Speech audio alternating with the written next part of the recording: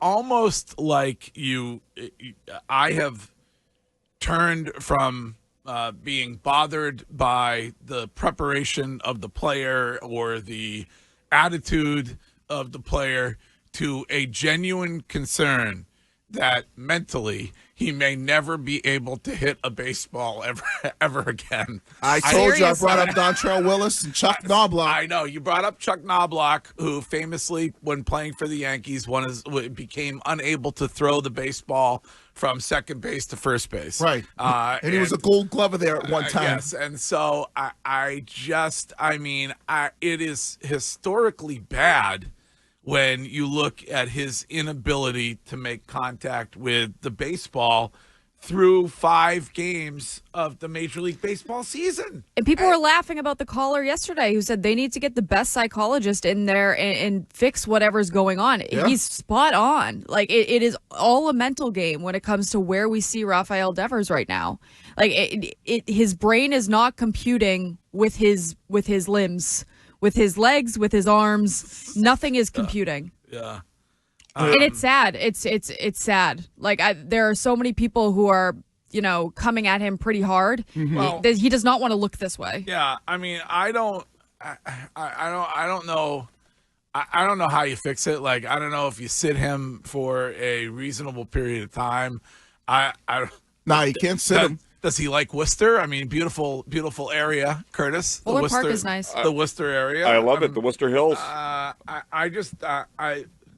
guess you just keep giving him at bats and hope he somehow gets himself out of the slump. But it's not looking good for Ralphie Devers. Right. So it's about you keep giving him those at bats. Does he get out of the slump? And if he doesn't get out of the slump, then you got to have the serious conversation of what direction are we going in with this player? Because it seems like baseball players get in slumps all the time, but it seems like it's more than just him being in a slump. It's all the other stuff that's going on with the third base situation that could be affecting him.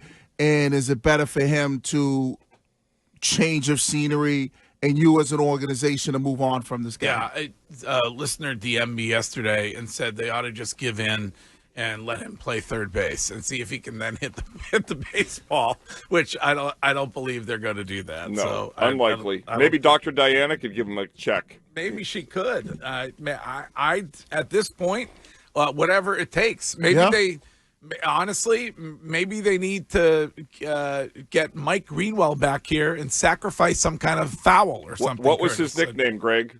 Greenie. Nope. Oh, the Gator. Yes. See, I'm right there with you, Curtis. And what's his theme park called in Florida? Gator World? Gatorland. Oh, Gatorland. Yeah.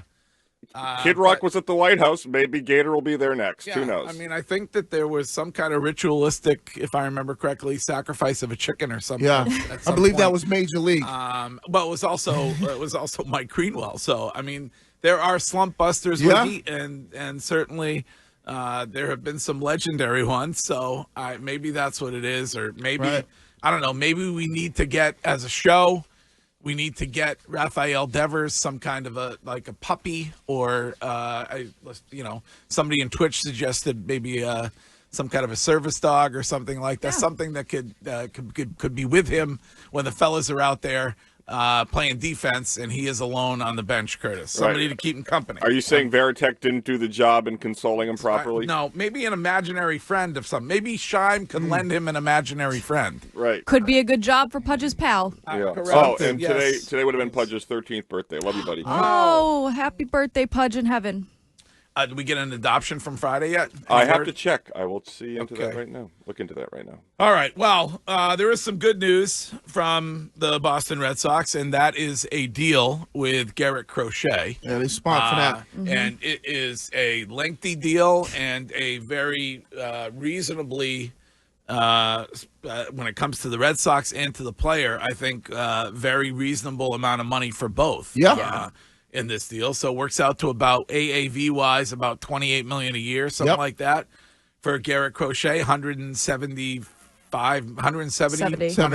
million. Yeah, it's a smart move by them. When we had this conversation, Where if you wait and he has a really good season, that 28 might go up to 35 or 36. So it's a great move by them. And he probably wanted to be in a position where when you compare him to like a guy similar age, the guy Yamamoto, he's making, a little bit more. 27 is what Yamamoto makes. He makes 28. So I think it's a perfect thing for him. And then there's an out after 4 years or something like that. So it's good money for him. Good job by the Red Sox to not prolong it. 5-year out in 2030, and so you end up being protected. I can't, Curtis, anything bad at all in this? I think it's all really positive for the Red Sox. A+.